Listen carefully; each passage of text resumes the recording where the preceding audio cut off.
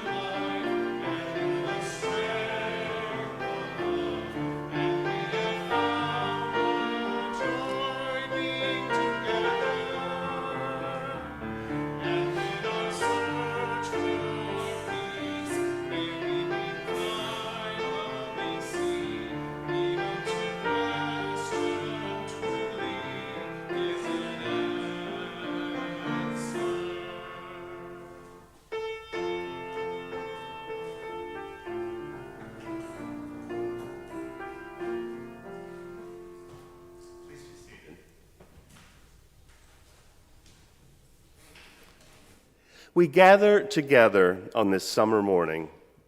We brave the heat to enjoy the warmth of community. We squint against the sun to better see the way forward.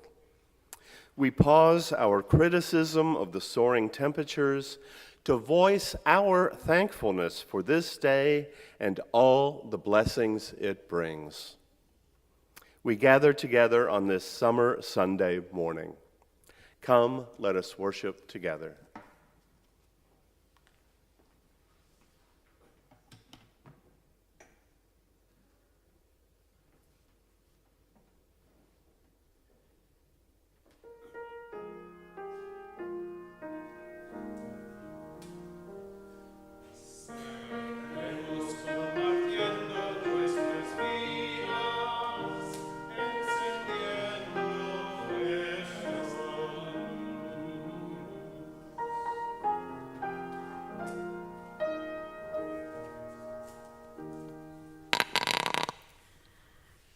ask that you please join me in reading our congregational covenant, which is printed in your order of service.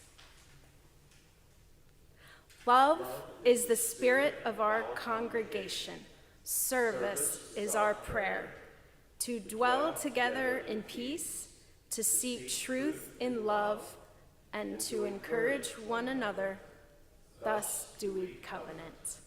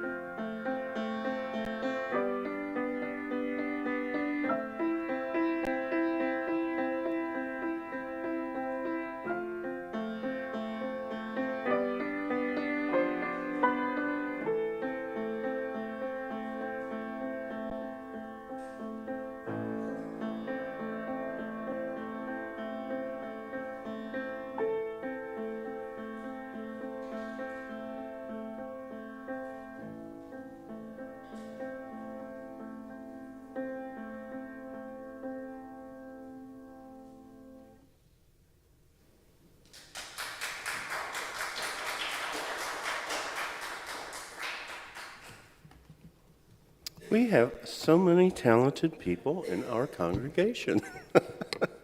There's no doubt about it. During the summer, when a lot of folks are on vacation, we just have children's religious education during the second service. So if you're wondering why I'm skipping singing out the children, that's why I'm skipping that part right now. But Rest assured, once the end of August gets here, we'll be having activities for the kiddos at both of the services.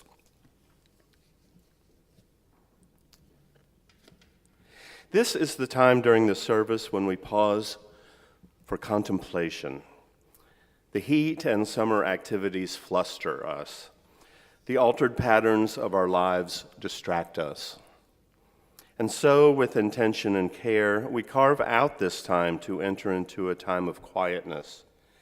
It may be the sole time this week when we have the chance to silence our minds and still our hearts. This is a time that some call meditation and others name prayer. Breathe with me as we gather to do the holy work of kinship and support. Open your mind, open your hearts. Today I share A Web of Holy Relationships by Lynn Cox. Spirit of life, who draws us together in a web of holy relationships. Make your presence known with us and in us and among us. Remind us that we are not alone in history. Ignite us with the courage of the living tradition. Remind us that we are not alone in entering the future. Anchor us with patience and perseverance. Remind us that we are not alone in our times of grief and pain. Comfort us with your Spirit, manifest in human hands and voices. Remind us that we are not alone in joy and wonder. Inspire us to honor and extend the beauty we find in this world.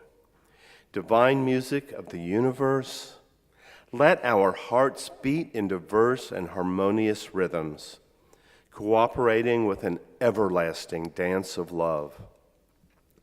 May we move with the rhythms of peace. May we move with the rhythms of compassion. May we move with the rhythms of justice. Source of stars and planets and water and land, open our hearts to all of our neighbors. Open our souls to a renewal of faith. Open our hands to join together in the work ahead. So be it, blessed be.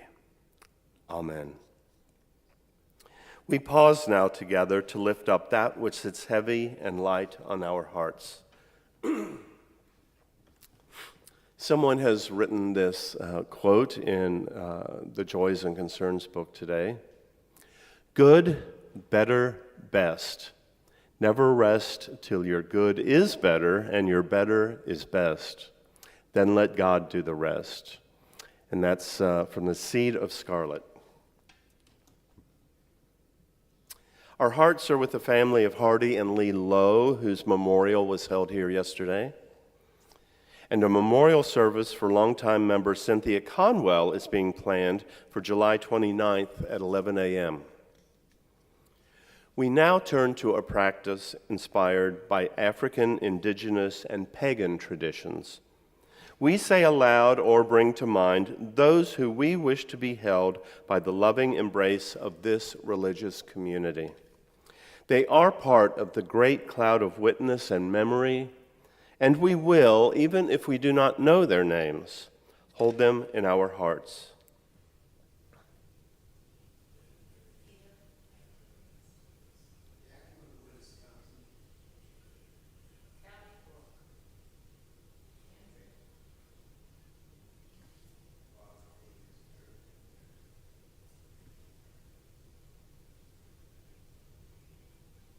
In this great cloud of witness and memory, amid this beloved community, we hear these names and hold them in our hearts. Let us remember the suffering and joy amid and among our community that we do not know. We pause in awe and wonder of the beauty, diversity, and mystery that is life. In the spirit of love, in the spirit of hope, and in the spirit of compassion, I invite each of you to enter into a time of silent prayer, meditation, or reflection.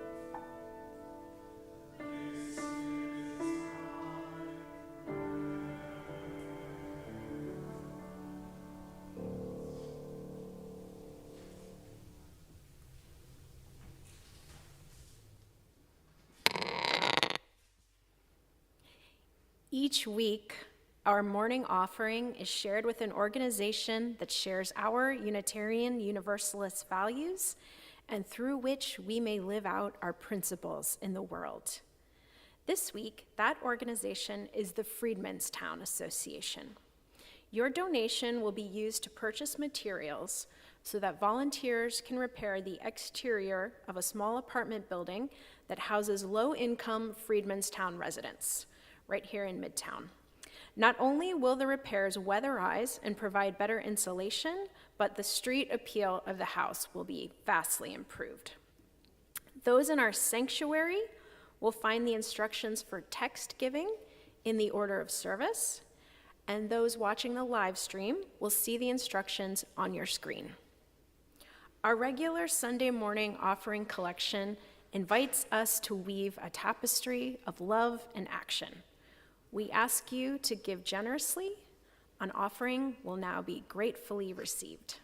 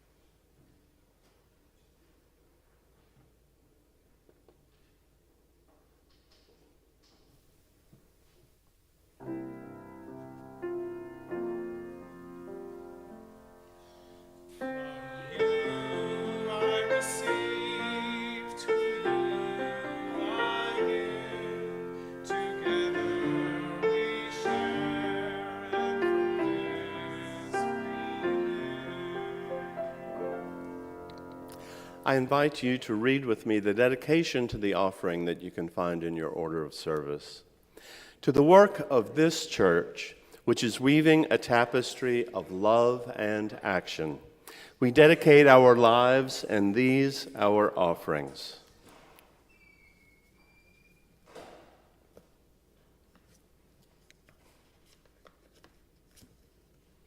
Our first reading this morning is titled Get a Life, and it's an excerpt from Anna Quindlen's commencement address to Villanova University in June 2000. There are thousands of people out there with the same degree you have. When you get a job, there will be thousands of people doing what you want to do for a living. But you are the only person alive who has sole custody of your life. Your particular life. your entire life. Not just your life at a desk or your life on the bus or in the car or at the computer. Not just the life of your mind, but the life of your heart. Not just your bank account, but your soul. People don't talk about the soul very much anymore. It's so much easier to write a resume than to craft a spirit. But a resume is cold comfort on a winter night when you're sad or broke or lonely, or when you've gotten back the chest x-ray and it doesn't look so good, or when the doctor writes prognosis poor. You cannot be really first rate at your work if your work is all you are. So I suppose the best piece of advice I could give anyone is pretty simple. Get a life. A real life. Not a manic pursuit of the next promotion, the bigger paycheck, the larger house. Do you think you'd care so very much about those things if you developed an aneurysm one afternoon or found a lump in your breast while in the shower? Get a life in which you notice the smell of salt water pushing itself on a breeze over the dunes. A life in which you stop and watch how a red-tailed hawk circles over a pond and a stand of pines. Get a life in which you pay attention to the baby as she scowls with concentration when she tries to pick up a Cheerio with her thumb and first finger. Turn off your cell phone. Turn off your regular phone, for that matter.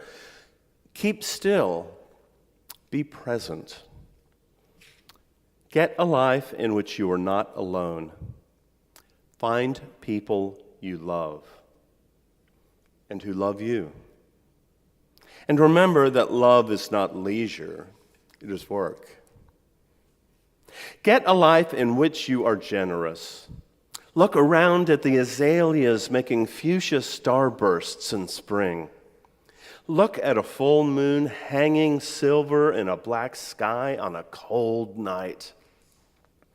And realize that life is glorious and that you have no business taking it for granted. Care so deeply about its goodness that you want to spread it around. Take the money you would have spent on beers in a bar and give it to charity. Work in a soup kitchen. Tutor a 7th grader. All of us want to do well, but if we do not do good too, then doing well will never be enough. Here ends the first reading.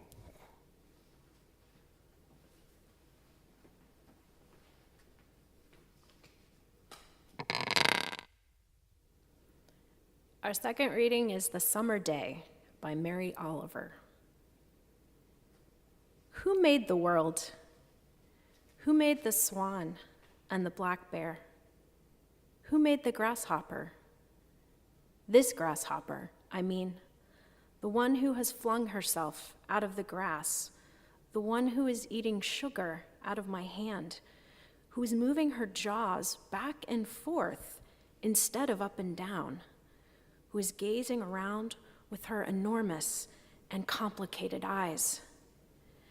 Now she lifts her pale forearms and thoroughly washes her face. Now she snaps her wings open and floats away.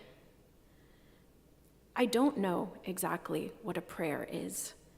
I do know how to pay attention, how to fall down into the grass, how to kneel down in the grass, how to be idle and blessed, how to stroll through the fields, which is what I have been doing all day.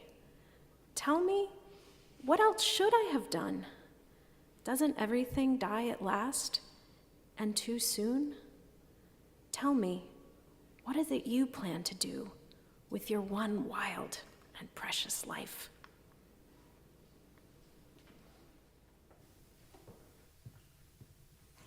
Our next hymn is number 328, also in the gray hymnal, I Sought the Wood in Summer. Please rise in body or in spirit.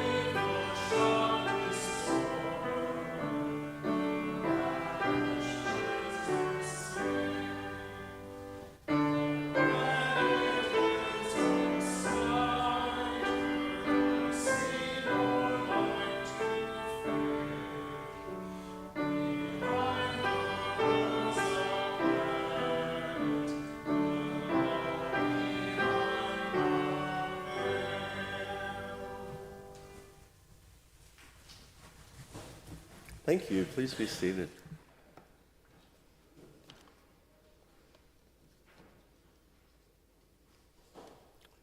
I need to begin by thanking the Reverend Dr. Becky Edmiston Lang and the Reverend Mona Lopez, in whose capable hands we left you while Reverend Colin and I were away. I've taken the time to watch their inspiring messages on our YouTube channel, and I hope you also enjoyed what they had to say. Remember, you can visit or revisit sermons not only on our YouTube channel, but on our podcast. I just got a call this week from someone in Florida who enjoys our services. It wasn't the governor. I must admit, I surprised even myself by not checking my email while I was away. Now, it wasn't as much self-restraint as it was my confusion as to how to switch the ship's Wi-Fi from my phone to my laptop to my tablet and back again. You may have seen the post on social media that highlights the difference between the Europeans' attitude toward vacation and the Americans. When you email the European, you get back an automatic reply that reads, "I'm away camping for the summer. Email again in September." The American's reply states, "I've left the office for 2 hours to undergo kidney surgery, but you can reach me on my cell phone anytime." I have to confess that as a hospital chaplain, I did see people being wheeled into surgery on their cell phones. I often wonder if our much-touted Protestant work ethic has really served us well on this side of the pond. We seem so intent on being productive and achieving that we sometimes seem afraid to take a little time to recharge and recalibrate. If I were to give this sermon a subtitle, it might be Recharge and Recalibrate. I began thinking about this when I reread Mary Oliver's poem, The Summer Day. She describes, as only she can, strolling through the fields, kneeling down in the grass, being idle and blessed. But there's no Wi-Fi in a field of grass, and that Protestant work ethic teaches that an idle mind is the devil's playground trouble, my friend. Isn't it imperative that we stay productive? This does seem to be a concern because, on average, Americans had 9.5 unused vacation days left at the end of 2021. But that may be changing. Perhaps the pandemic has led people to consider reordering their priorities. In this last year, according to researchers, 57% of Americans have taken a vacation of at least a week to a destination 100 miles or more away from home, an increase of 44% from the previous year. It marks the highest percentage of participants who have reported traveling since 2009. Of course, travel doesn't have to be done in the summer, and fresh starts can be prompted by January 1st, a birthday or anniversary, or the arrival of spring when all of nature seems to be reawakening. I think I may associate summer with traveling, recharging, and recalibrating, because from kindergarten through high school, summer was a time to relax, at least until we were old enough to get summer jobs. My summers were filled with long bike rides, splashing in above-ground pools, and week-long visits to the grandparents. When my dad got his vacation, we would take the pop-up camper to Carter Cave State Park in Olive Hill, Kentucky. By then, we, and certainly our parents, were ready for a new school year. Wearing a new windbreaker and holding the latest Trapper Keeper, we were ready for a fresh start, 12 months wiser than we were the previous August. Now, as much as I enjoy travel, seeing new places and trying new restaurants, I'm not here to sell you on vacationing, but I am here to sell you on recharging and recalibrating, to stop and pay attention and tend to your soul. Because yes, it's true. It's so much easier to write a resume than to craft a spirit. So let's pause and think about that more difficult task for a moment. And this can be done as well in Herman Park as it can in Central Park or the Luxembourg Gardens. And I do think recharging and contemplation is best done in nature. And please don't discount a backyard as nature. It's outside and it's only steps away. Those regarded as spiritual leaders have gone into nature to meditate. The Buddha gained enlightenment under the Bodhi tree, also known as the tree of awakening. Jesus went up into the mountains. Henry David Thoreau famously wrote, "I went to the woods because I wished to live deliberately, to front only the essential facts of life, and see if I could not learn what it had to teach, and not, when I came to die, discover that I had not lived." His friend, Ralph Waldo Emerson, in the essay Nature, wrote, "In the woods we return to reason and faith. There I feel that nothing can befall me in life. No disgrace, no calamity, leaving me my eyes which nature cannot repair. Standing on the bare ground, my head bathed by the blithe air, and uplifted into an infinite space, all mean egotism vanishes. I become a transparent eyeball. I am nothing. I see all. The currents of the universal being circulate through me. I am part or particle of God. The currents of the universal being circulate through me. I am part or particle of God. Last week, Reverend Mona told us about the Supreme Spirit that is the energetic force of the universe, named Wakan Tonka by Sioux, Lakota, and other tribes. She read a quote from the book Mo Demons, Gods, and Goddesses. Through Wakan Tonka, there came a great unifying life force that flowed in and out of all things. The flowers of the plains, blowing winds, rocks, trees, birds, trees, animals, and was the same force that had breathed into the first person. A great unifying force that flows through all things. This, of course, brings to mind the interdependent web of all existence of which we are a part, mentioned in our seventh principle. And our UU sources point to both direct experience of that transcending mystery and wonder, and the guidance of reason and the results of science. UUs have historically seen the value of each, and it is not unusual for there to be a tension between the two. I like the idea that we should embrace the mystery, knowing that science may someday explain at least part of that mystery, although it may not be in our lifetimes. I think it prompts a bit of humbleness to keep in mind I'll never know it all, even if it is discovered within my lifetime. Such was the case with the mystery of the interdependent web and the science of the mysterious network that connects the galaxies in our universe.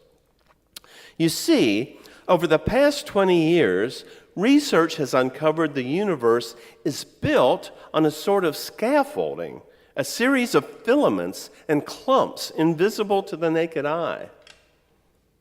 Now, earlier, just this month, it was reported that NASA's James Webb Telescope had spotted a string of ancient galaxies connected by a cosmic filament, about 3 million light years long, dating back to the early days of the universe. The researchers who made the discovery believe it could shed light on how our universe formed and the invisible strings that hold it together. While the filament itself is invisible, it's possible to see how it brings galaxies together. An interdependent web of all existence of which we are a part, indeed. A century and a half before this discovery, novelist Herman Melville wrote, "We cannot live only for ourselves. 1,000 fibers connect us with our fellow humans. And among those fibers, as sympathetic threads, our actions run as causes and they come back to us as effects." And well before Herman Melville, the Native Americans knew of Wakan Tonka. It's difficult to get away from it all when we're a part of it all. I remember being invited to come get away from it all by some state's Convention and Visitors Bureau. They were touting the beauty of their state and how it was perfect for a vacation. I wondered, what if we created a life we didn't need to get away from for 2 weeks a year? As Anna Quinlan tells us, you are the only person alive who has sole custody of your life, your particular life, your entire life. Not just the life of your mind, but the life of your heart. Not just your bank account, but your soul. While I think this advice is a good motivator to get us to pause and think about what our priorities should be, and then do something about them, I don't think it's entirely true. I think there is a level of privilege described by that level of autonomy. That bit of humbleness I mentioned earlier returns when we realize not everyone has the options we do, no matter who we are. After all, Thoreau had some amount of means to allow him to build a cabin on land owned by his friend Emerson and live there for 2 years, 2 months, and 2 days. America has this personal responsibility, pull yourself up by your bootstraps mentality that downplays or even ignores the role of systemic problems in people's lives. And so they typically go unaddressed. The ever-widening disparity between income classes, unequal distribution of wealth, and unequal allocation of resources means some people have more viable and attractive options than others. It's easy to scoff at someone's choices when you don't know what options they had to choose from. Privilege doesn't mean you haven't worked hard, but without it, you have to work harder for longer, usually much harder for much longer. Not everyone has the same degree of autonomy in their lives. But that doesn't mean we shouldn't exercise what we do have.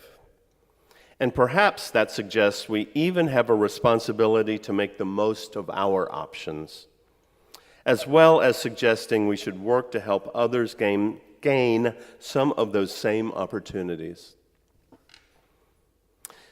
2 weeks ago in her sermon, Reverend Becky addressed the incongruity of finding joy in life while there is so much suffering in the world. And she admits she wrestled with the problem. She quoted her theology professor who gave her a different perspective. You cannot do justice work unless you insist upon everyone's full capacity for joy and celebration, including one's own. Similarly, you might wonder how we can pause for contemplation with all that's going on in the world. I need not list the problems for you. Just step outside to sense what we've done to the environment. Just turn on the news to see what the politics of cruelty is doing to the people of our state and country. To pause and kneel down in the grass may seem a bit self-indulgent, but contemplation can not only improve our personal lives, but improve the way we deal with problems in our community.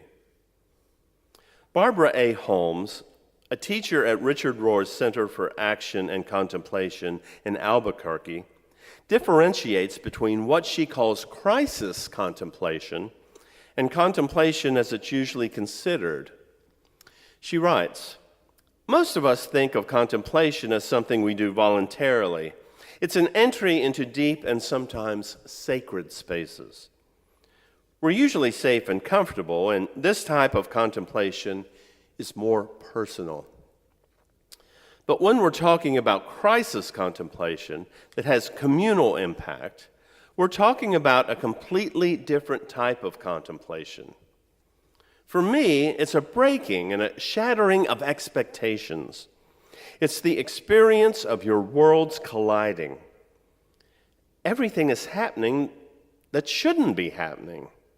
So the question becomes, how do you contemplate when you're devastated? When you're under siege?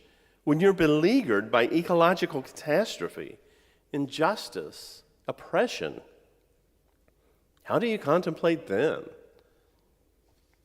Well, she suggests we begin crisis contemplation by relinquishing our usual approaches to problem solving.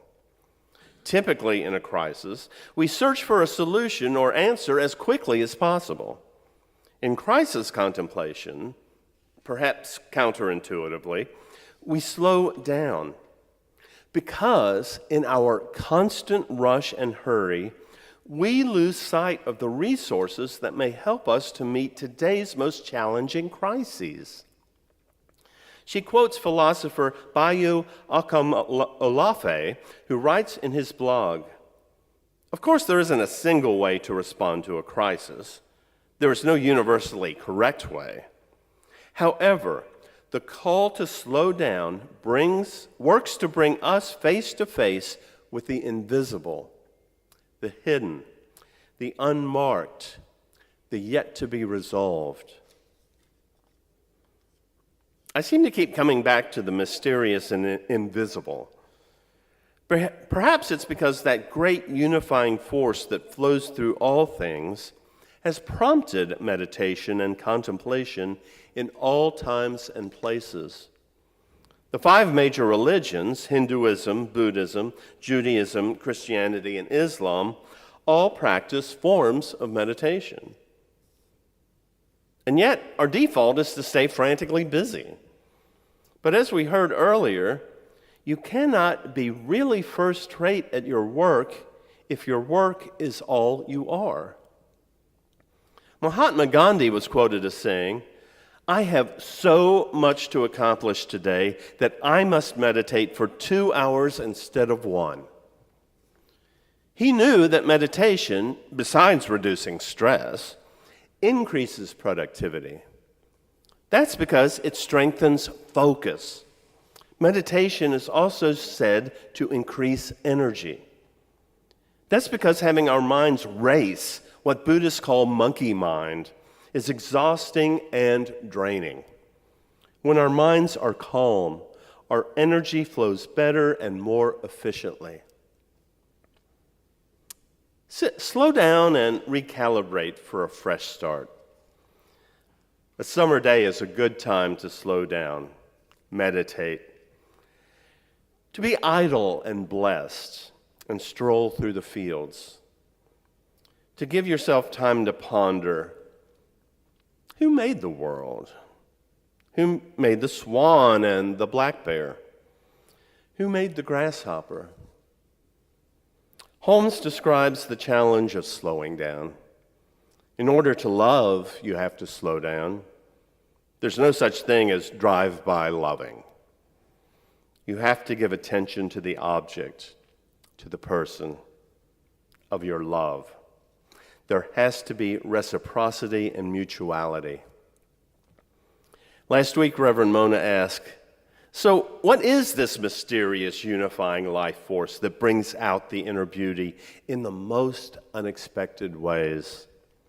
She then answers her own question. It's the presence of love. From divine truth, presence is the principle that for truth to be present and absorbed by the soul, love must be present. I saw this advice on social media this week. Practice the pause. When in doubt, pause. When angry, pause. When tired, pause. When stressed, pause. Pause. And when you pause, pray.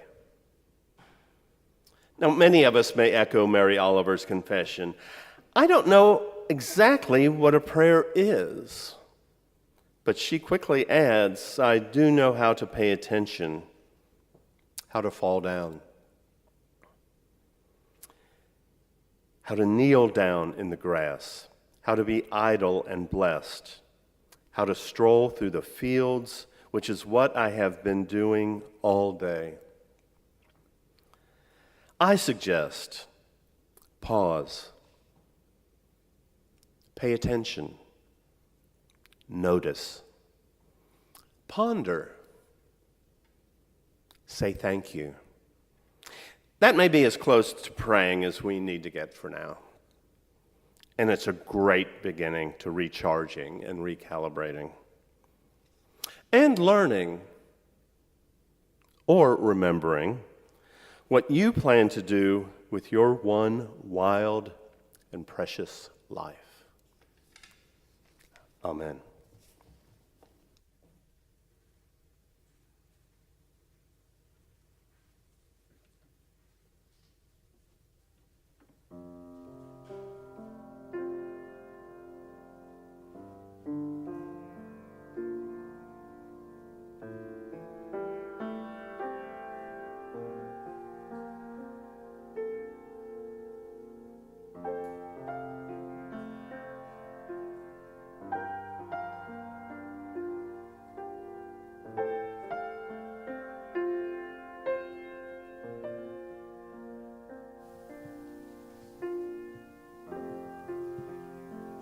Our closing hymn is number 1066 in your teal hymnal, O Brother Sun.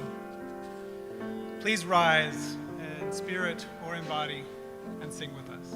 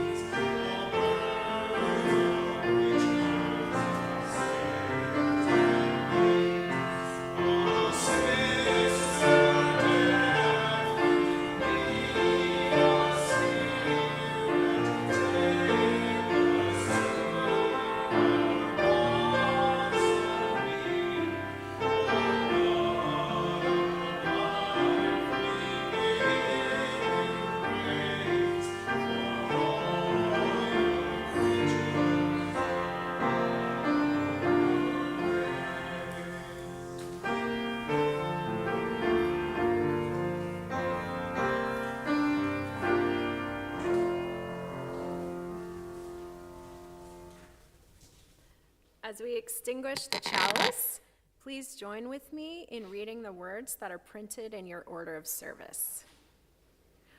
We extinguish this flame, but not the light of truth, the warmth of community, or the fire of commitment.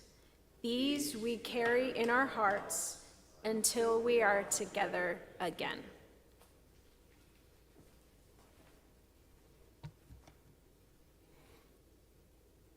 Go forth into this week and keep still. Be present, be idle, and be blessed. Get a life in which you notice the smell of salt water pushing itself on a breeze over the dunes. A life in which you stop and watch how a red-tailed hawk circles over a pond and a stand of pines. Find people you love and who love you. And remember that if we do not do good, then doing well will never be enough. Go in peace and be blessed.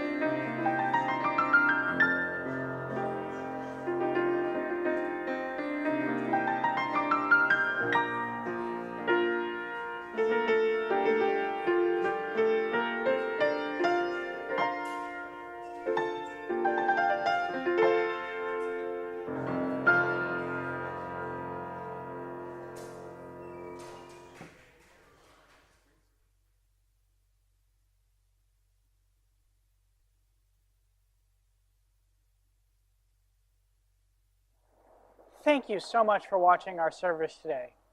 We're glad you're part of our online community, where we welcome people who are diverse in faith, ethnicity, history, as well as gender identity and sexual orientation.